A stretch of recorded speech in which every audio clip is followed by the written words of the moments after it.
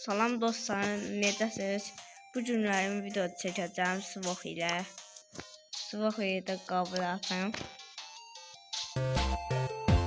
Why am I always involved? Nasılsın Svox?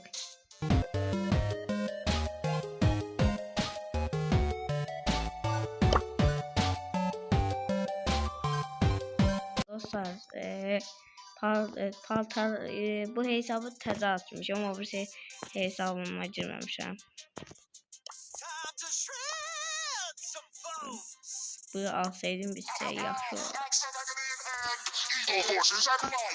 Svox, hazırsan? Səsimi hardan eşidəcək Svox? Don't call me. It's in the creepy love tunnel. Only I can hear you scream.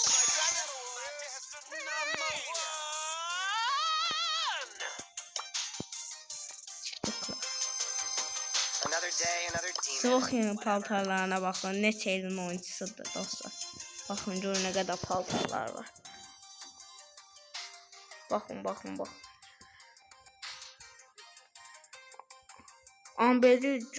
Amber'ə baxın dostlar.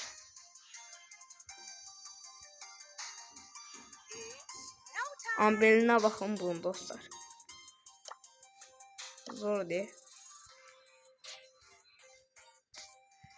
Bakın dostlar, bakın. Gigi, Leon. Glober'du. Mən də almışam o bir hesabımda. Mitro'da. Mırpi'yi de almışam. Jenny'yi de almışam. Mortis'i de almışam.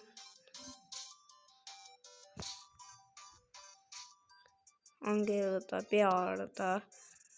Asığı da almışam. Jolly'də. Dostlar, yaxşı paltar almışam. Hazır. Girelim oyuna.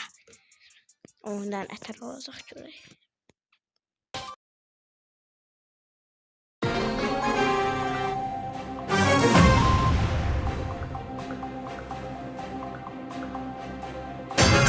D20 in hand, dragon at my command.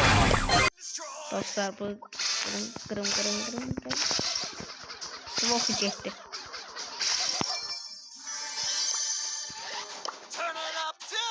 Oyun bu hesabı təzə açmışam yəni. Emojilərini çəkdim. Svox öldürdü.